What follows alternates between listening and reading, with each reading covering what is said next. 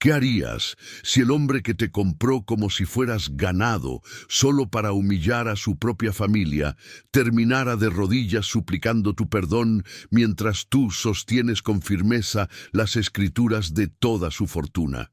Isabela Montero nunca imaginó que esa pregunta dejaría de ser una fantasía de medianoche para convertirse en la realidad más dulce y punzante que jamás probaría en su vida. En los campos de olivos de una España que se desangraba entre la opulencia y la miseria, ella aprendió que el destino no se escribe con lágrimas, sino con una determinación de acero que se forja en el fuego de la injusticia más absoluta. Esta es la crónica de una mujer que fue tratada como un objeto de barro y terminó gobernando un imperio de oro, recordándonos que incluso la flor más humilde puede asfixiar a las malezas que intentaron pisotearla durante tanto tiempo. El sol de mediodía caía como un castigo implacable sobre los hombros de Isabela, quien limpiaba el sudor de su frente con un pañuelo remendado mientras observaba las tierras secas que su familia había labrado por generaciones. El aire estaba cargado con el olor a tierra seca y el eco distante de los cascos de caballos que se aproximaban, un sonido que siempre presagiaba desgracia en la pequeña aldea de campesinos. Ella vestía una falda de tela basta, desgastada por los años y el trabajo, pero su postura mantenía una dignidad que ninguna carencia lograba arrebatarle. A pesar del hambre que a veces crujía en su estómago, sus ojos oscuros conservaban un brillo de inteligencia analítica, una capacidad para contar cada grano de trigo y cada deuda pendiente que ocultaba celosamente de los hombres que creían que una mujer solo servía para el silencio y la obediencia sumisa.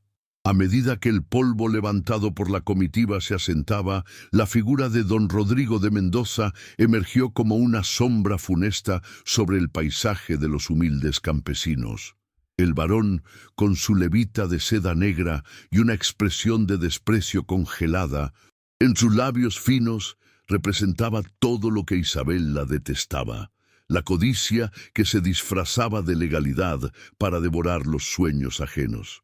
Rodrigo no venía a parlamentar, sino a ejecutar una sentencia de desalojo que dejaría a decenas de familias sin el techo que los cobijaba, alegando deudas de impuestos que Isabela sabía, por sus cálculos mentales, que eran fraudulentas.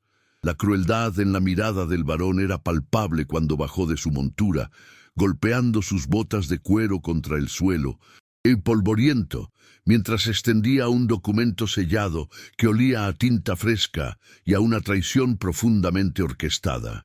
Si esta historia de redención y justicia ya te está atrapando, suscríbete ahora, porque cada semana traemos relatos donde los oprimidos encuentran su voz y el amor verdadero triunfa.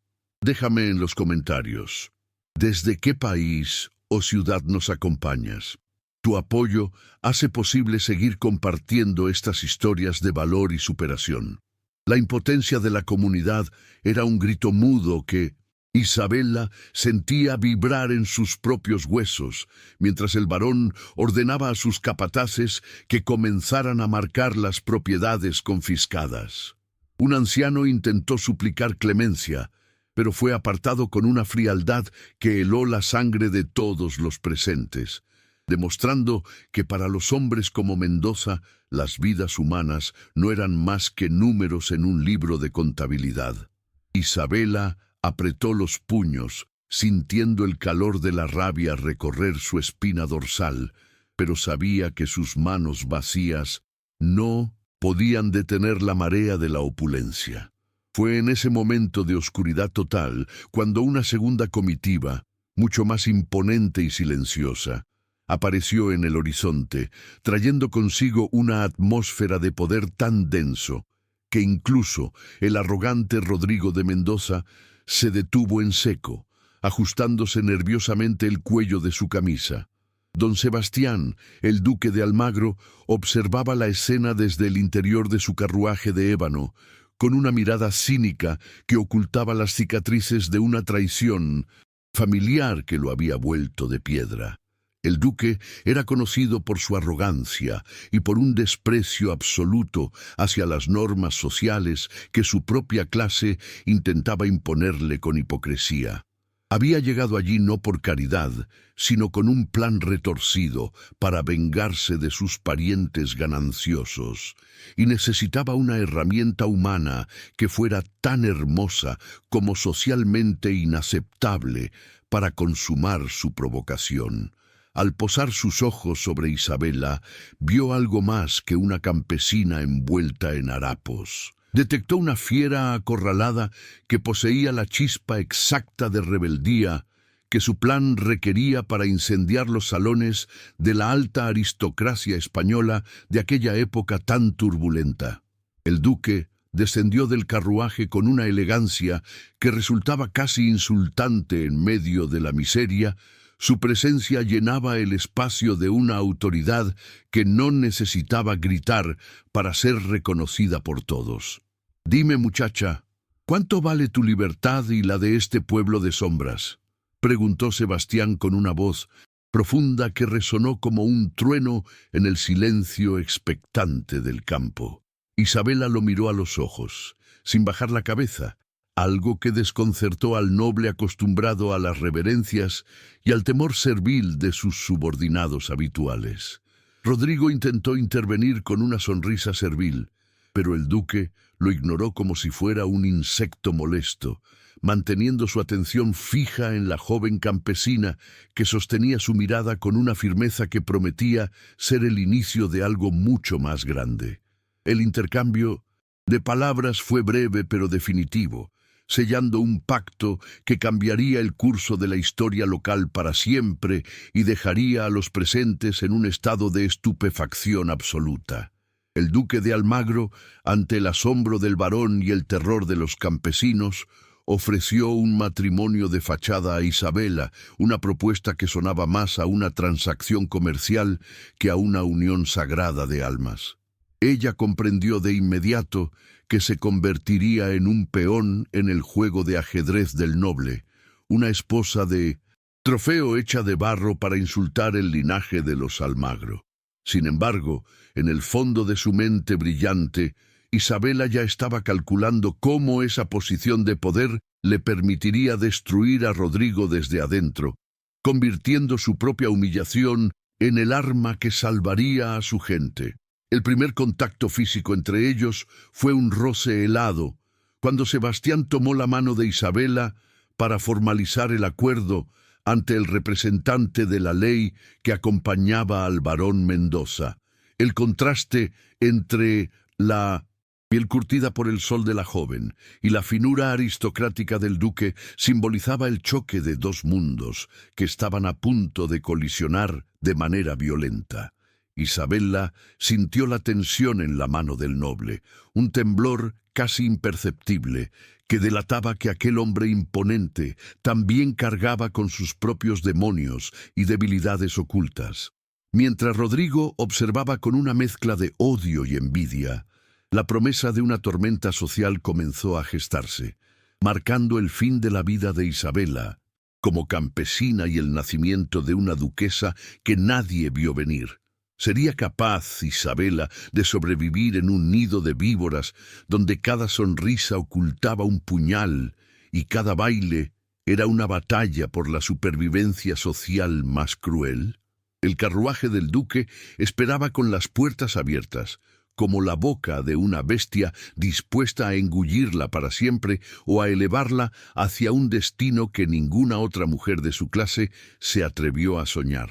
La pregunta que quedaba suspendida en el aire polvoriento de la tarde era si el duque de Almagro había encontrado a una víctima dócil, o si, sin saberlo, acababa de abrirle las puertas de su fortaleza a la mujer que terminaría por conquistarlo todo. La respuesta comenzaría a revelarse entre las sombras de la mansión Almagro, donde los secretos pesan más que las coronas y la verdad suele ser el precio más caro de pagar. El traslado a la imponente mansión Almagro fue para Isabella como despertar en un sueño de mármol y hielo, donde cada pasillo parecía diseñado para recordarle su origen humilde. Los primeros días fueron una sucesión de pruebas silenciosas bajo la mirada inquisidora de una servidumbre que seguía las órdenes de los parientes del duque, quienes la veían como una mancha de barro en el historial inmaculado del linaje. Isabella caminaba por los salones de techos infinitos con una cautela felina, observando la opulencia de las cortinas de terciopelo y los candelabros de cristal que tintineaban con la brisa. A pesar de la hostilidad ambiental, ella no se amilanaba ante la complejidad de los cubiertos de plata o la rigidez de los corsés de seda. En cambio, analizaba la estructura de la casa, memorizando horarios, nombres y, sobre todo, las tensiones ocultas que vibraban entre las paredes de aquella fortaleza aristática. El contraste entre la vida de privaciones que había dejado atrás y el lujo asfixiante del ducado se hacía evidente en cada pequeño detalle cotidiano que Isabella experimentaba, mientras las damas de la nobleza local murmuraban a sus espaldas sobre sus manos ásperas. Ella encontraba una extraña ventaja en ser ignorada, permitiéndole escuchar conversaciones que no estaban destinadas a sus oídos campesinos. Descubrió pronto que la jerarquía de la mansión era un campo de batalla donde el estatus lo era todo, pero su inteligencia innata le sugería que el verdadero poder no residía en los títulos, sino en la información. Cada desplante que recibía de la tía de Sebastián o de los administradores corruptos se convertía en combustible para su voluntad, mientras empezaba a notar que la riqueza de los Almagro era una fachada brillante que escondía grietas financieras profundas y peligrosas. A pesar de sentirse como una intrusa en un mundo de porcelana, Isabella logró sus primeras pequeñas victorias al demostrar una habilidad asombrosa para resolver problemas logísticos que los criados ignoraban. En una ocasión, el jefe de cocina se lamentaba por un error en las cuentas de los suministros que amenazaba el banquete semanal, y fue ella quien, con un rápido cálculo mental, detectó el desfalco.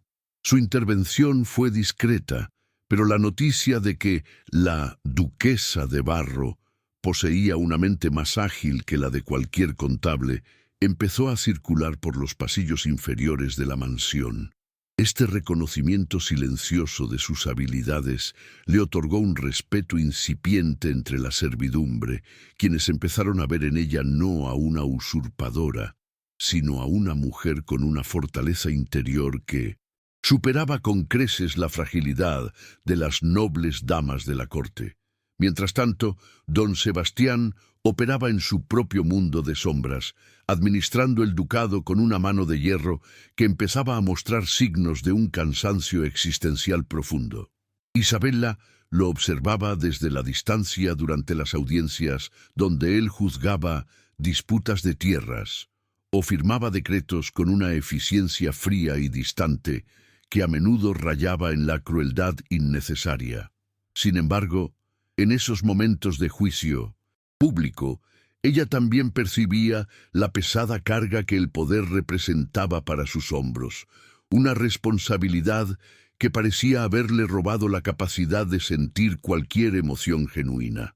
El duque se movía entre sus súbditos como una deidad de piedra, pero Isabella notó que sus ojos a menudo buscaban la penumbra de los rincones, como si la luz intensa de los salones le causara un malestar físico que no quería admitir ante nadie.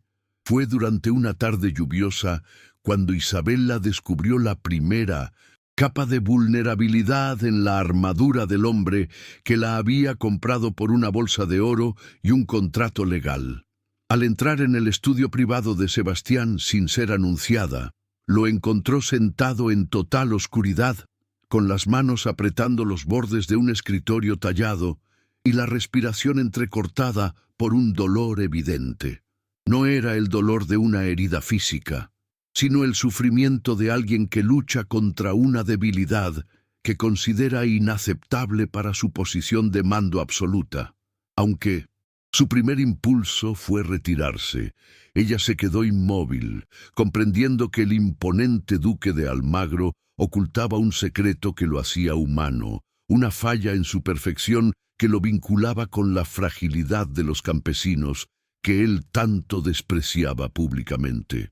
El interés inicial de Sebastián por Isabela, que había nacido puramente de un deseo de venganza contra su familia, comenzó a transformarse en una curiosidad intelectual que no podía ignorar por más tiempo. Él la buscaba con la mirada durante las cenas silenciosas, sorprendido por la forma en que ella se negaba a ser intimidada por el protocolo o por las indirectas venenosas de sus parientes envidiosos. «No eres la muñeca de trapo que esperaba que fueras, Isabela», comentó él una noche, con un tono que mezclaba la burla con un respeto que no se atrevió a confesar plenamente. Ella le respondió con una verdad cortante sobre la hipocresía de los nobles, una respuesta que habría mandado a cualquier otro al calabozo, pero que en Milnus, Sebastián provocó una risa seca y genuina que no había emitido en años. La construcción de una conexión entre ambos se dio a través de conversaciones nocturnas en la biblioteca, donde el aroma a cuero viejo y papel antiguo creaba un refugio contra el mundo exterior. Isabela demostró una inteligencia matemática que dejó al duque estupefacto, corrigiendo errores en los libros de contabilidad del ducado que habían pasado desapercibidos para expertos administradores durante más de una década.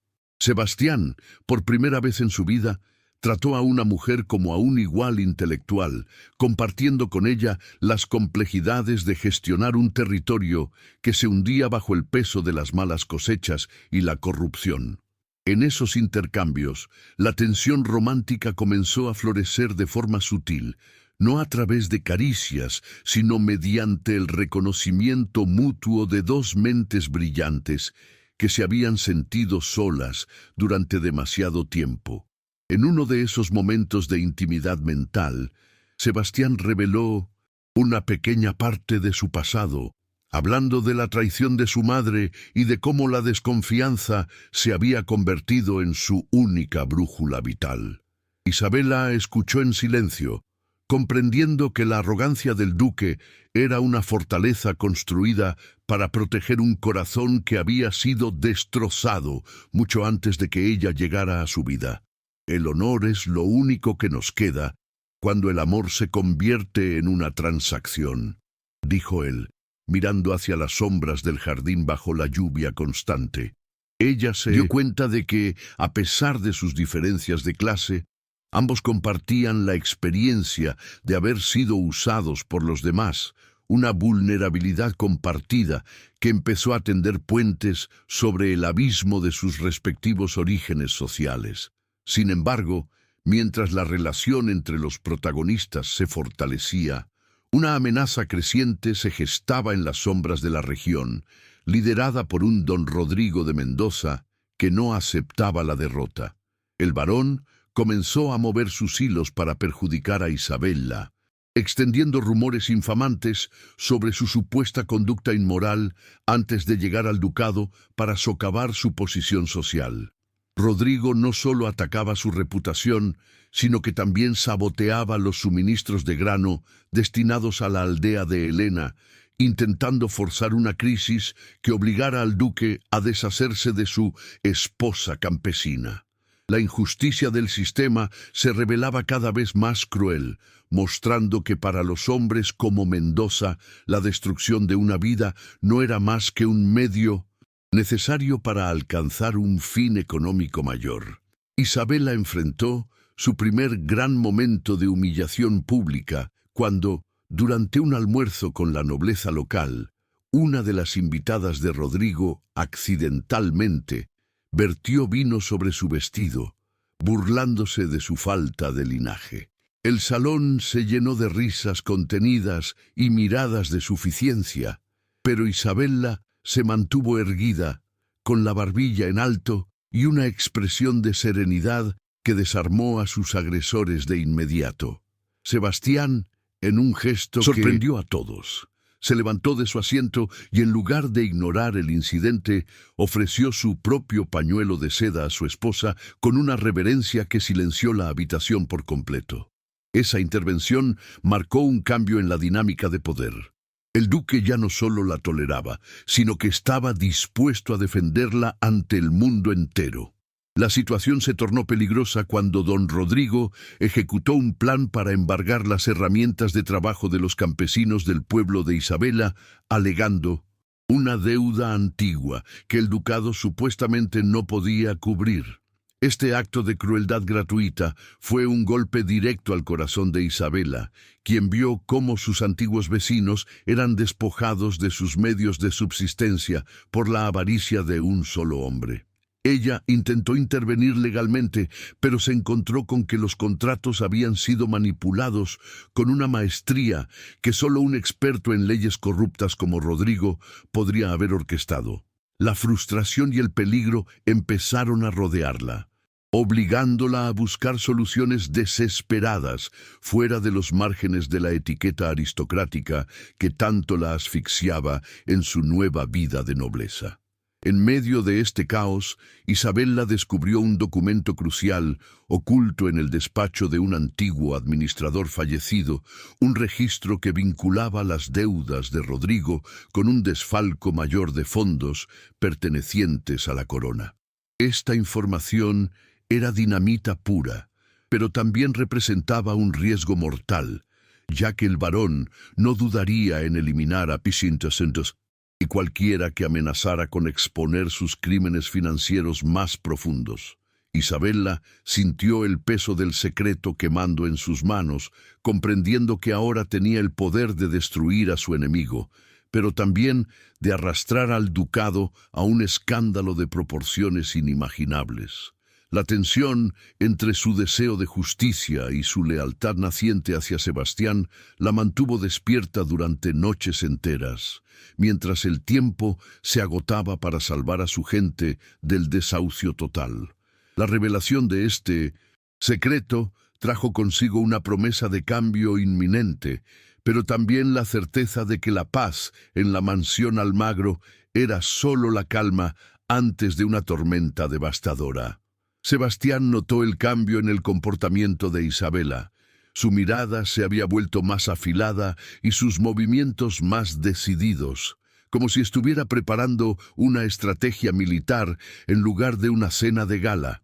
Él sabía que ella ocultaba algo, pero decidió no presionarla, confiando en que la mujer que había salvado sus libros de contabilidad también encontraría la forma de salvar el honor de su casa. Sin embargo, el aire en el ducado se volvió denso, cargado de una expectativa eléctrica que presagiaba que las máscaras pronto caerían para revelar las verdaderas intenciones de todos los involucrados. El bloque termina con un momento de alta tensión emocional cuando, tras una discusión sobre el futuro de las tierras, Sebastián toma el rostro de Isabela entre sus manos, mirándola con una intensidad que la deja sin aliento. «Dime la verdad, Isabela, ¿has venido aquí para salvar a tu pueblo o para prenderle fuego a mi mundo entero con tu inteligencia?», le susurró él, con una voz cargada de una vulnerabilidad que nunca antes se había permitido mostrar a nadie. Ella no respondió con palabras, sino con un silencio que prometía revelaciones que cambiarían sus vidas para siempre en los días por venir. La promesa de una transformación radical pendía de un hilo, mientras el sol se ponía sobre las tierras de Almagro, tiñendo el horizonte de un rojo sangre que anunciaba el inicio de la caída. La mañana comenzó con un frío inusual que parecía filtrarse por las rendijas de la mansión Almagro, presagiando el desastre que don Rodrigo de Mendoza había tejido con la paciencia de una araña venenosa. El barón no se conformó con simples rumores. Ejecutó un plan maestro de difamación y sabotaje legal, presentando ante el tribunal de la región una serie de cartas falsificadas que sugerían que Isabela estaba desviando fondos del ducado hacia una red de contrabandistas. Estas pruebas fabricadas, selladas con un lacre que imitaba a la perfección el del escudo de Almagro, fueron distribuidas estratégicamente entre los acreedores más influyentes de la provincia. En cuestión de horas, el prestigio que Isabella había construido con su inteligencia se desmoronó bajo el peso de una acusación de traición que la señalaba no solo como una intrusa, sino como una criminal que saqueaba la fortuna de su propio esposo. El ataque de Rodrigo fue implacable y se extendió hasta los rincones más íntimos de la vida de Isabella, golpeando donde más le dolía: su conexión con sus raíces campesinas. El varón envió a sus capataces a incendiar el almacén de semillas de la aldea de Helena, alegando que los bienes habían sido adquiridos con dinero robado al ducado y por lo tanto debían ser destruidos por orden judicial. Isabella vio desde el balcón de la mansión el humo negro que se elevaba en el horizonte, comprendiendo con horror que su intento de ayudar a los suyos estaba siendo usado como la herramienta definitiva para su propia destrucción. No era solo una pérdida material, era el símbolo de su esperanza siendo devorado por las llamas ante la mirada impotente de quienes antes la veían como una heroína y ahora la miraban con sospecha. La humillación alcanzó su punto álgido durante una recepción obligatoria en el ayuntamiento, donde Isabella fue ignorada sistemáticamente por todos los presentes, como si su presencia fuera una enfermedad contagiosa. Rodrigo de Mendoza se paseaba por el salón con una sonrisa de suficiencia, asegurándose de que cada asistente conociera los detalles de las supuestas pruebas que incriminaban a la duquesa de Barro. Los murmullos se convertían en risas ahogadas cada vez que ella pasaba, y las mismas personas que antes le pedían consejos financieros ahora le daban la espalda con un desprecio ostentoso. Isabella se sintió más sola que nunca en medio de la multitud, dorada, rodeada de testigos que disfrutaban de su caída estrepitosa, regodeándose en el fracaso de la mujer que se había atrevido a desafiar la inmovilidad de las clases sociales. La traición se sintió completa cuando incluso algunos de los criados que ella había ayudado empezaron a evitar su mirada, temerosos de que la sombra de la sospecha también cayera sobre ellos si mostraban lealtad a una causa perdida. Los pasillos de la mansión, que antes le parecían imponentes, ahora se cerraban sobre ella como las paredes de una celda de lujo absoluto. Rodrigo había logrado aislarla emocional y socialmente, dejando a Isabella en una posición de vulnerabilidad tal que cualquier movimiento que intentara hacer parecía confirmar las mentiras que se habían dicho sobre ella. La soledad se convirtió en una carga física, un peso en el pecho que le dificultaba la respiración mientras se refugiaba en su alcoba, escuchando el silencio ensordecedor de una casa que parecía haberla expulsado antes de que ella pudiera siquiera defenderse. En el rincón más oscuro de su habitación, Isabella finalmente se permitió desmoronarse, dejando que las lágrimas que había contenido con tanto orgullo fluyeran sin restricciones sobre su rostro cansado. Se sentó en el suelo, rodeada de los vestidos de seda que ahora le parecían disfraces ridículos de una vida que nunca debió haber reclamado para sí misma. Fue un colapso profundo, un llanto silencioso y amargo que nacía de la comprensión de que el mundo era mucho más injusto de lo que sus cálculos matemáticos habían podido predecir jamás. Reflexionó sobre la naturaleza cíclica de la opulencia y la miseria, sintiendo que por mucho que una campesina intentara volar, las cadenas del nacimiento siempre encontrarían la forma de arrastrarla de vuelta al fango primordial de donde provenía. Antes de continuar con esta increíble historia de Helena y Sebastián, quiero hablar un instante contigo. Esta es una de esas narraciones que te harán emocionarte, suspirar y tal vez hasta derramar lágrimas. Acompáñame hasta el final de esta jornada, porque cada giro, cada sacrificio y cada gesto de amor merecen ser vividos contigo. Cuéntame en los comentarios desde qué lugar del mundo estás escuchando este relato. Es hermoso imaginar esta historia llegando a tantos rincones diferentes, uniendo corazones a través de la emoción. Aprovecha y suscríbete a nuestro canal para seguir disfrutando de historias de época, siempre llenas de amor, aventura, intrigas y redención. Aquí cada detalle está pensado para tocar tu alma y llevarte a viajar en el tiempo. Quiero agradecerte de corazón por toda la atención y el cariño que has dedicado a cada capítulo. Es por ustedes que todo esto tiene sentido y con ustedes quiero seguir compartiendo muchas otras jornadas emocionantes. Fue en ese preciso instante, cuando el desespero amenubla con consumirla por completo, que la pesada puerta de roble se abrió con un crujido lento, revelando la silueta de don Sebastián recortada contra la luz mortecina del pasillo. El duque entró en la habitación con pasos pesados, encontrándola en ese estado de vulnerabilidad absoluta que ella siempre había intentado ocultar tras una máscara de eficiencia contable.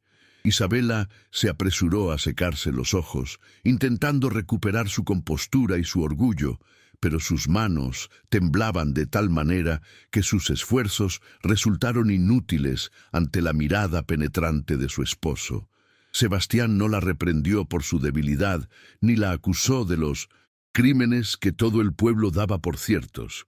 Simplemente se quedó allí, observándola con una mezcla de tristeza y una comprensión que Isabela no esperaba encontrar en él. «Vete de aquí, Sebastián. No necesitas ver cómo se rompe la herramienta que compraste para tu venganza», dijo ella con una voz quebrada, resistiéndose a aceptar cualquier gesto de compasión que pudiera debilitar su resolución de marcharse. Pero el duque no se movió, sino que se acercó lentamente y se sentó en una silla frente a ella, rompiendo la distancia física y emocional que los había mantenido separados por tanto tiempo. Fue entonces cuando Sebastián compartió su primera revelación importante. Le confesó que su propia madre había sido expulsada de la casa de Almagro bajo cargos similares de traición, cargos que él ahora sabía que fueron inventados por los mismos hombres que hoy atacaban a Isabela. Este secreto compartido actuó como un bálsamo sobre las heridas de la joven, uniendo sus dolores bajo una misma bandera de injusticia familiar histórica. Sebastián le extendió la mano, no como un señor a su sierva, sino como un compañero de armas que reconoce que la batalla ha superado las fuerzas de uno solo. «No te traje aquí para que fueras mi víctima, sino porque vi en tus ojos la misma rabia que me mantiene vivo a mí cada mañana», le susurró con una sinceridad que Isabela nunca había escuchado en su voz. Establecieron un acuerdo silencioso en esa habitación sumida en la penumbra. Ella dejaría de luchar sola y él usaría su poder para protegerla, no por deber, sino por un sentimiento que empezaba a arder con más fuerza que su cínica necesidad de venganza. Esta alianza, forjada en el momento más bajo de la vida de ambos, marcó el fin de la desconfianza mutua y el inicio de una complicidad estratégica que Rodrigo no había previsto en sus planes. Mientras planeaban su contraataque, un antiguo criado de la familia Mendoza, que había sido despedido injustamente años atrás, logró infiltrarse en 1900 la mansión para entregarle a Isabela un pequeño cofre de madera desgastada. Lo que encontró dentro no era oro ni joyas, sino un conjunto de registros originales del barón Rodrigo que demostraban que él mismo había provocado el incendio de los almacenes para cobrar un seguro inexistente y cubrir sus deudas de juego. Este descubrimiento catalizador cambió las reglas del juego de inmediato, proporcionando la prueba física que Isabela necesitaba para desmantelar la red de mentiras del barón. Televisión Información contenida en esos papeles no solo la exoneraba, sino que revelaba un patrón de comportamiento criminal que se extendía por décadas, dándole a Isabela el camino posible para una acción legal devastadora contra su enemigo. Isabela pasó el resto de la noche analizando los documentos con su mente matemática, cruzando datos de fechas, montos y sellos, hasta que la estructura completa de la estafa de Rodrigo se reveló ante ella con una claridad meridiana. Vio cómo el varón había manipulado las leyes de tierras para despojar a los campesinos y cómo había desviado fondos reales que debían haber sido destinados a obras públicas en la región. En ese momento, la transformación de Isabela se completó. Ya no era la campesina asustada, ni la duquesa humillada, sino un agente de justicia técnica y fría que poseía la verdad en sus manos. Comprendió que el sistema que la había oprimido también tenía fallas que podían ser explotadas por alguien con el conocimiento suficiente y ella era, sin duda, la persona más capacitada para encontrar esas grietas y hacerlas colapsar.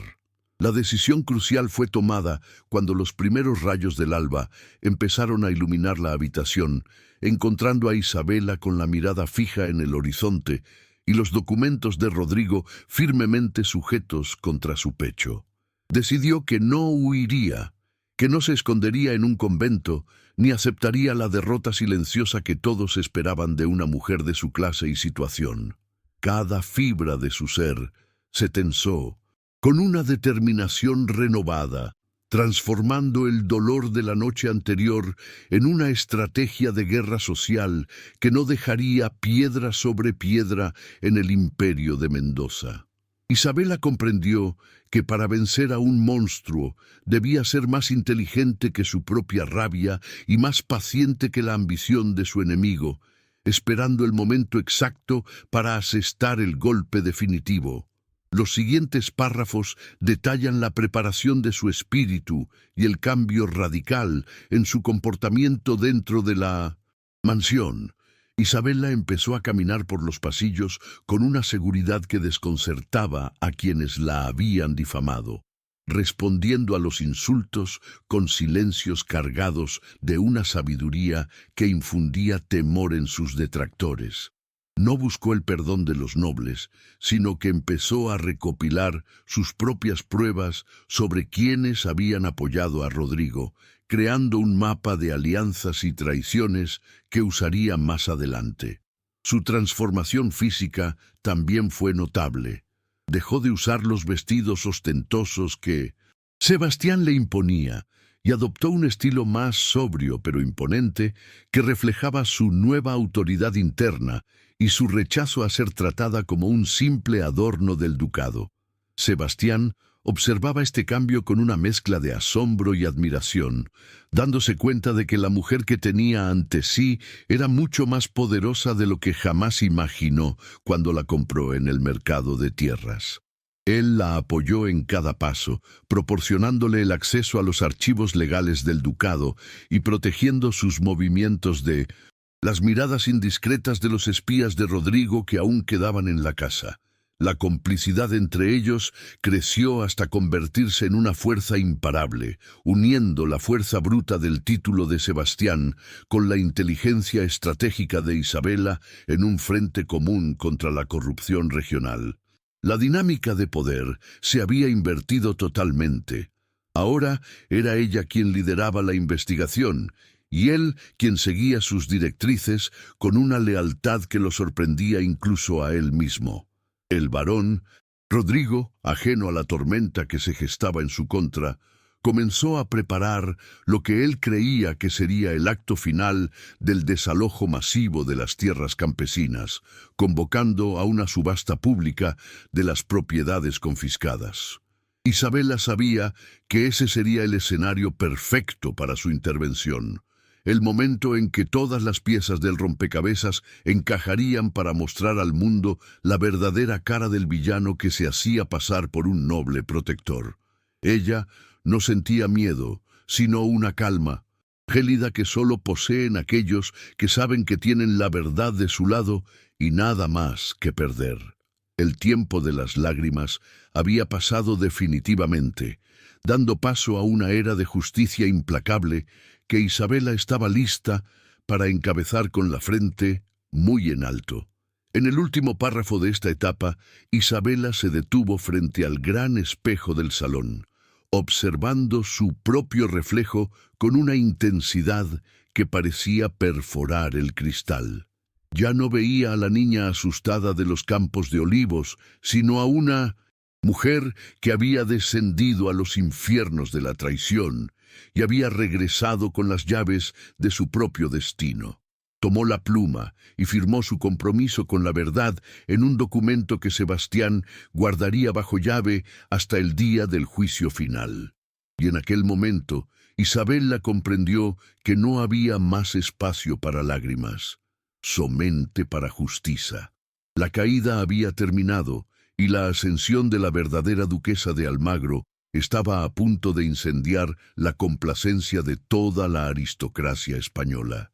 Con el corazón blindado por la resolución, Isabela comenzó a ejecutar su estrategia con la precisión de un relojero real, transformando su desesperación en un plan de batalla meticuloso. Lo primero fue asegurar los recursos financieros necesarios. Bajo la supervisión de Sebastián, pero con su propia firma, empezó a mover fondos estratégicos para comprar las deudas más urgentes de sus vecinos campesinos, ocultando su identidad tras un consorcio de comercio recién registrado. Se reunía en secreto con antiguos contables y escribas descontentos, hombres que conocían los atajos legales que Rodrigo de Mendoza había utilizado para sus fechorías. Cada documento que recopilaba era una pieza de una armadura que ella misma estaba forjando, demostrando que su inteligencia matemática era una fuerza de la naturaleza capaz de doblegar incluso las leyes más rancias de la corona. Sebastián la observaba trabajar hasta altas horas de la madrugada, fascinado por la forma en que ella devoraba libros de leyes y registros comerciales, convirtiéndose en una experta en los mismos mecanismos que antes la habían oprimido. La preparación estratégica no se limitó a los papeles. Isabela comprendió que necesitaba aliados dentro del propio sistema que intentaba reformar. Con una audacia que asustaba incluso al duque, se acercó a la esposa de un influyente juez local, una mujer que compartía su desprecio silencioso por la prepotencia de hombres como Rodrigo. A través de conversaciones cargadas de subtextos y favores discretos, Isabela empezó a tejer una red de apoyo femenino que operaba en los márgenes de los bailes y las reuniones sociales, obteniendo información privilegiada sobre los movimientos legales del varón. Logró recuperar las herramientas de trabajo confiscadas mediante una argucia legal que obligó a los capataces de Mendoza a devolverlas bajo amenaza de desacato real. Esta fue su primera pequeña victoria, un triunfo que devolvió la dignidad a su pueblo y envió un mensaje claro a sus enemigos. La duquesa de Barros sabía morder. Sebastián, por su parte, ofreció su poder no como un salvador condescendiente, sino como un socio que reconocía la superioridad táctica de su esposa en este terreno específico. Él le abrió las puertas de las cámaras acorazadas del ducado, permitiéndole usar el sello de Almagro para dar validez a las investigaciones que ella lideraba contra las empresas de fachada de Rodrigo. Juntos pasaban las noches analizando mapas de tierras y flujos de efectivo, descubriendo que el varón no solo robaba a los campesinos, sino que también estaba defraudando a la propia tesorería del rey. Isabela aceptaba la protección de los guardias del duque, pero ella misma era quien dictaba las órdenes y decidía qué pasos dar a continuación, manteniendo siempre su agilidad estratégica por encima de la fuerza bruta. Esta colaboración empezó a erosionar las barreras de desconfianza que aún quedaban entre ellos, uniendo sus propósitos en una misión común de justicia y supervivencia. Mientras profundizaban en la investigación, un segundo secreto de Sebastián salió a la luz durante una noche de confesiones junto a la chimenea de la biblioteca. Él le reveló que su dureza inicial no era solo por la traición de su madre, sino porque estaba cargando con la culpa de un duelo de juventud en el que había herido gravemente a un hombre para proteger el honor de una hermana que terminó traicionándolo.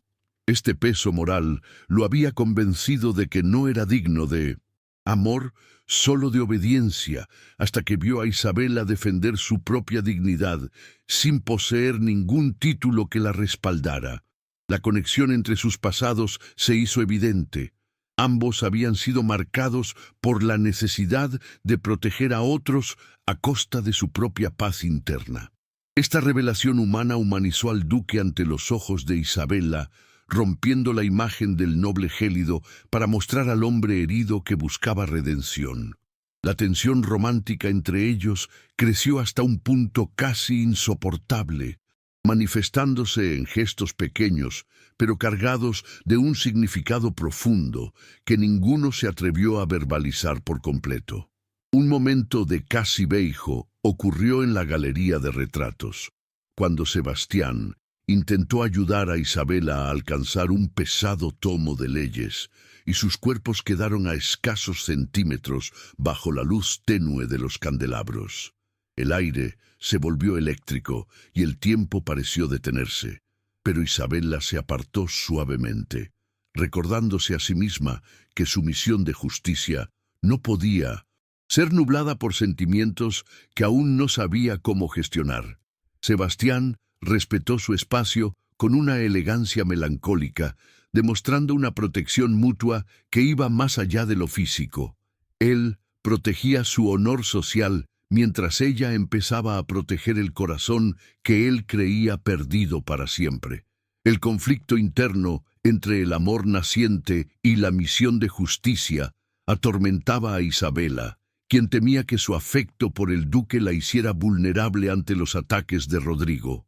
Sin embargo, se dio cuenta de que ese sentimiento era precisamente lo que le daba la fuerza necesaria para seguir adelante cuando el cansancio amenubla a convencerla.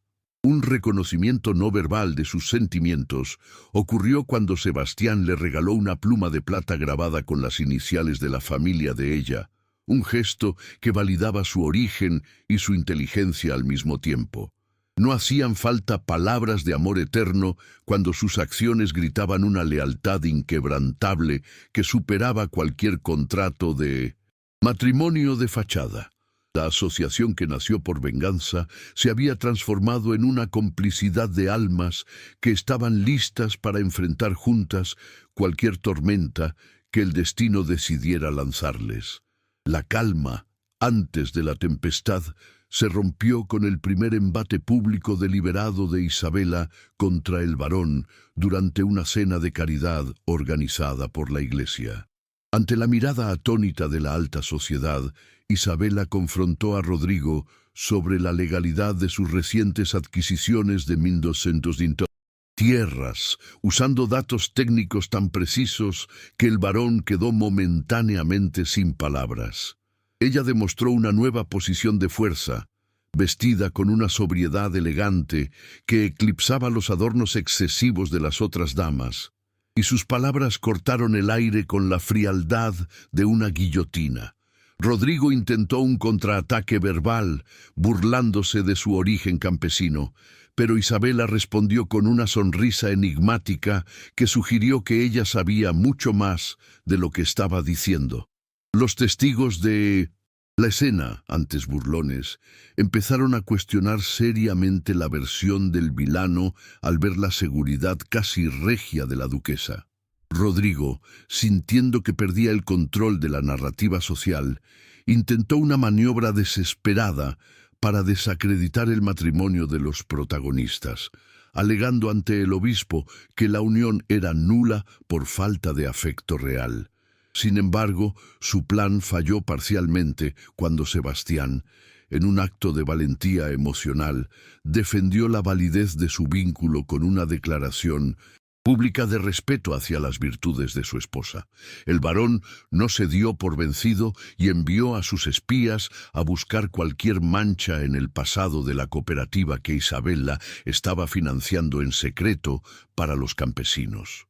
A pesar de estos intentos de sabotaje, la posición de la heroína solo se fortalecía, ya que cada ataque de Rodrigo revelaba más su propia desesperación y falta de escrúpulos. La marea estaba cambiando, y la gente del pueblo empezaba a ver en Isabella la líder que habían estado esperando durante décadas. Los preparativos para el clímax final se centraron en el gran baile de máscaras anual, el evento social más importante de la región y el escenario elegido por Isabella para revelar toda la verdad. Ella y Sebastián pasaron días coordinando la llegada de los testigos clave y la presentación de los documentos originales que incriminaban a Rodrigo en el desfalco real. Se hicieron promesas mutuas de protección, sabiendo que esa noche marcaría el éxito total o la ruina absoluta de ambos. No habría término medio una vez que las pruebas fueran expuestas. El duque aseguró la presencia de la Guardia Civil para proceder con el arresto legal en el momento justo, mientras Isabella ensayaba cada palabra de su discurso con una frialdad calculada. La atmósfera en la mansión era de una expectativa vibrante, un silencio cargado de pólvora que solo esperaba la chispa final para estallar. En el último párrafo de este segmento, Isabella se preparó para el baile no solo con joyas, sino con el conocimiento de que poseía las llaves de la prisión que encerraría a su enemigo para siempre. Se miró una última vez al espejo, no para admirar su belleza, sino para reconocer la transformación definitiva de la joven, que una vez tembló ante el varón y que ahora lo haría arrodillarse. Sebastián entró en la habitación y le ofreció su brazo, con una mirada que contenía todo el orgullo y la devoción que un hombre puede sentir por la mujer que le ha devuelto el sentido a su vida. El carruaje ya esperaba para llevarlos al enfrentamiento definitivo, donde las máscaras físicas y sociales caerían para revelar la verdadera esencia de cada alma. La noche del baile sería la última vez que nadie dudaría de quién era Isabella Montero. El salón de los espejos resplandecía bajo la luz de 1000 velas, pero el aire estaba cargado con una tensión que ningún lujo podía disimular. La nobleza de la región, oculta tras máscaras de seda y oro, cuchicheaba mientras esperaba la llegada de los anfitriones, ignorando que estaban a punto de presenciar el colapso de un imperio de mentiras. La atmósfera era de una expectativa eléctrica, donde cada roce de abanico y cada tintineo de copas de cristal parecía un eco del juicio inminente que se gestaba en las sombras. En un rincón, don Rodrigo de Mendoza exhibía una seguridad arrogante, convencido de que su plan para desahuciar a los campesinos esa misma noche se cumpliría sin contratiempos, consolidando su poder sobre las tierras que Isabella tanto amaba.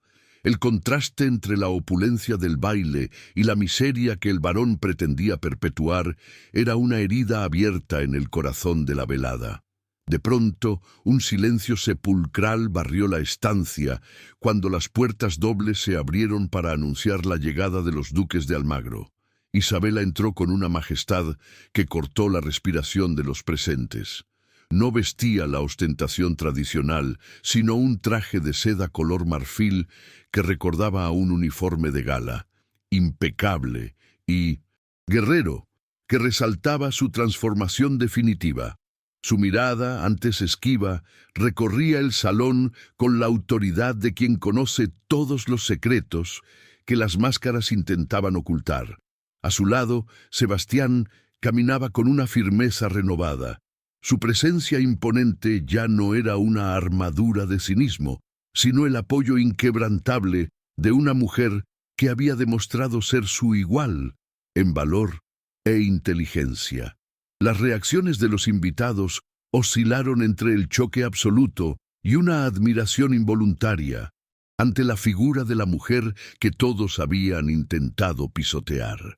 Isabela no esperó a que la música comenzara. Se dirigió directamente al centro de la pista de baile, obligando a Rodrigo de Mendoza a enfrentarla ante el escrutinio de toda la aristocracia. Con una voz clara, que resonó hasta en las galerías superiores, comenzó a desglosar las inconsistencias legales de los contratos de deuda que el barón pretendía ejecutar esa noche contra su pueblo. El barón, intentando mantener su máscara de dignidad, se rió con desprecio, recordándole a todos su origen humilde como si eso invalidara la verdad de sus palabras. Pero Isabela no retrocedió. Con un gesto calmado, extrajo de su bolso el libro de contabilidad secreto y los registros originales que demostraban el desfalco de fondos de la corona que Rodrigo había perpetrado para cubrir sus vicios. La revelación pública de sus crímenes financieros cayó como una sentencia de muerte social sobre el hombre que se creía intocable. El intercambio de palabras entre la duquesa y el barón se volvió una esgrima verbal, donde cada respuesta de Isabela era un golpe de gracia a la reputación de Mendoza.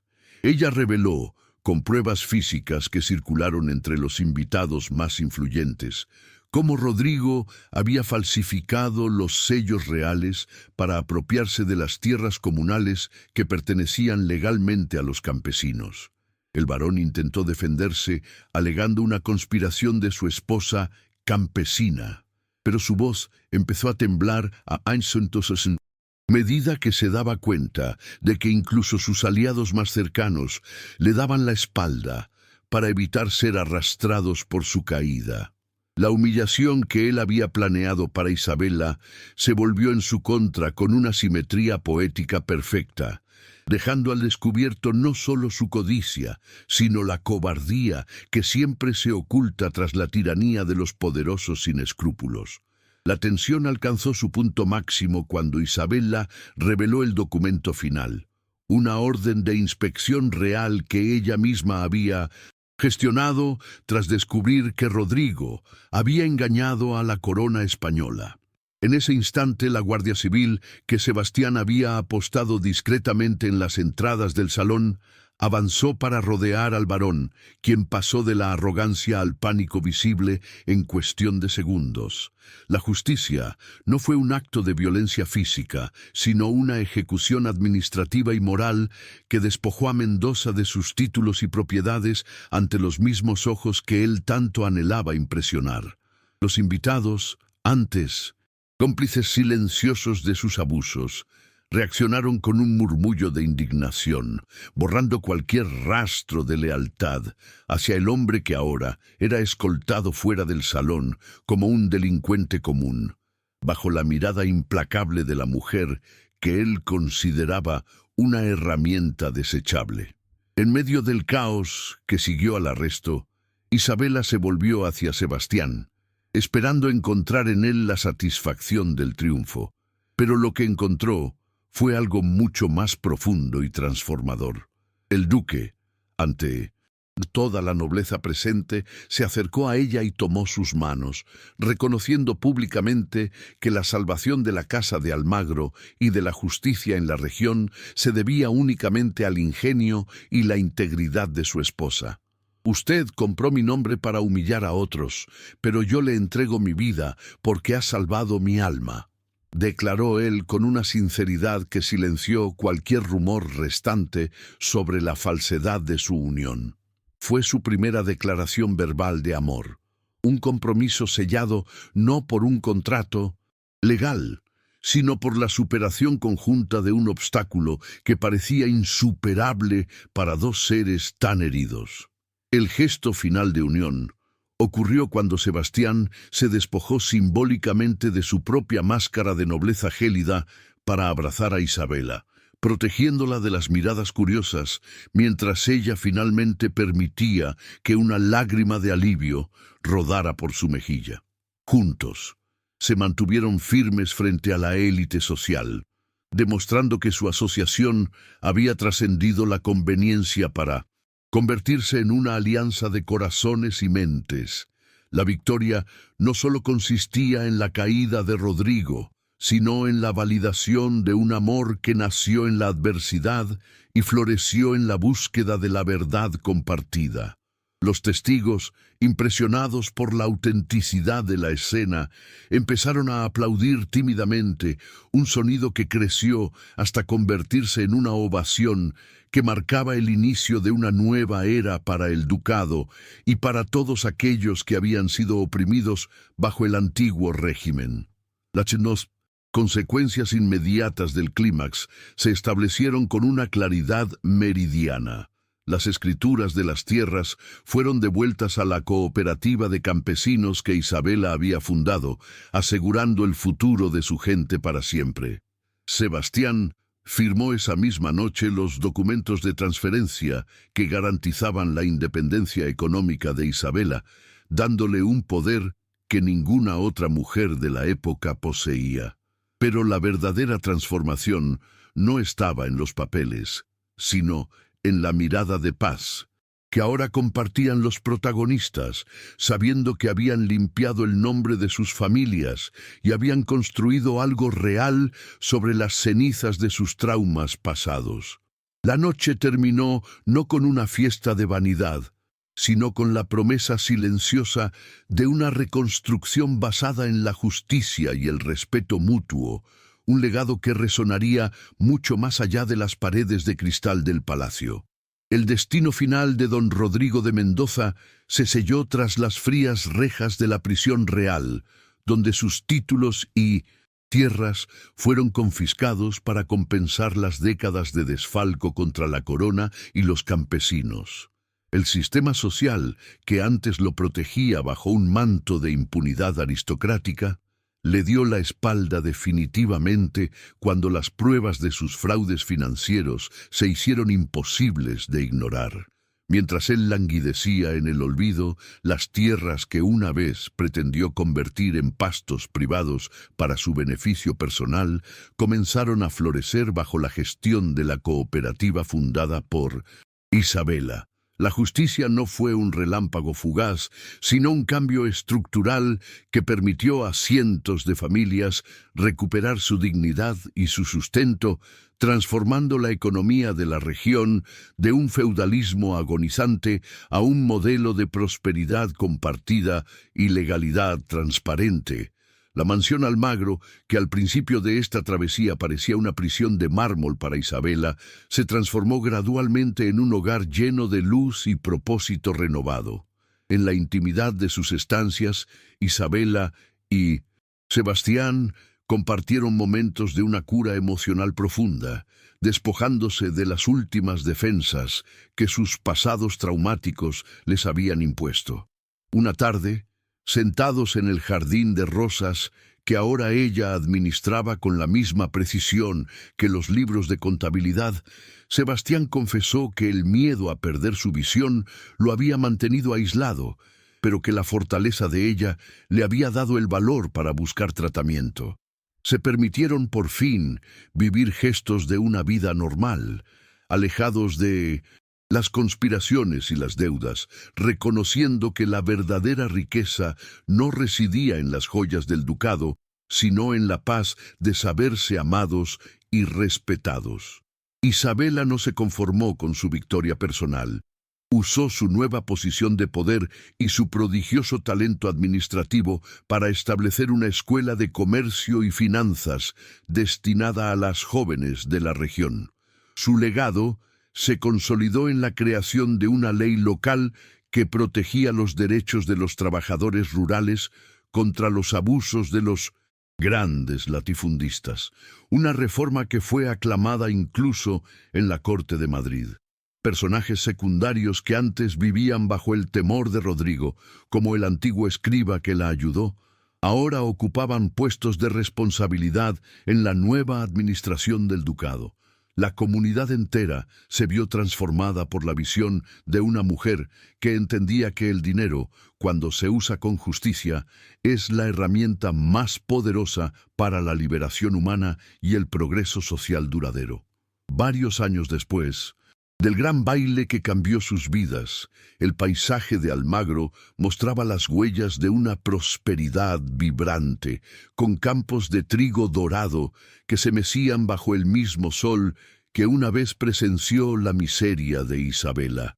Los protagonistas regresaron a la pequeña colina donde ocurrió el primer encuentro con el carruaje negro del duque, pero esta vez lo hicieron como iguales, caminando de la mano entre la gente que los saludaba con genuino afecto y gratitud. Isabela, vestida nuevamente de blanco, pero con una sonrisa que nacía desde lo más profundo de su alma, observó cómo sus hijos corrían por las tierras que ahora les pertenecían por derecho de trabajo y no solo por herencia de sangre. El contraste con el pasado era absoluto. Donde antes hubo sombras de desalojo, ahora había una luz de esperanza realista que iluminaba el futuro de todo el linaje. Si has acompañado la historia de Isabela Montero y del duque Sebastián de Almagro hasta el final, dime cuál fue el momento más emocionante para ti. Escríbelo en los comentarios porque tu voz da sentido a cada capítulo. Aprovecha para suscribirte a nuestro canal y seguir disfrutando de romances de época llenos de amor, drama y emoción. Gracias de corazón por haber vivido esta travesía conmigo. Muy pronto volveremos con una nueva historia que tocará tu alma y te recordará que la justicia siempre encuentra su camino hacia la luz. El párrafo final de esta jornada nos devuelve a la esencia de aquella campesina que se atrevió a desafiar a un imperio con la sola fuerza de su mente y su integridad inquebrantable. Isabela comprendió que su historia no era solo un relato de venganza, sino una lección eterna sobre cómo el valor de una persona se mide por su capacidad de levantarse tras cada caída impuesta por otros. Al mirar el horizonte, sintió que el ciclo se había cerrado con una perfección que ni siquiera sus cálculos matemáticos más precisos habrían podido prever. La vida, al igual que una cuenta bien llevada, finalmente le había entregado el saldo a favor que tanto merecía. Y así, bajo el cielo infinito de Andalucía, la duquesa que nació del barro se convirtió en el faro de oro de una nueva era de justicia y amor verdadero.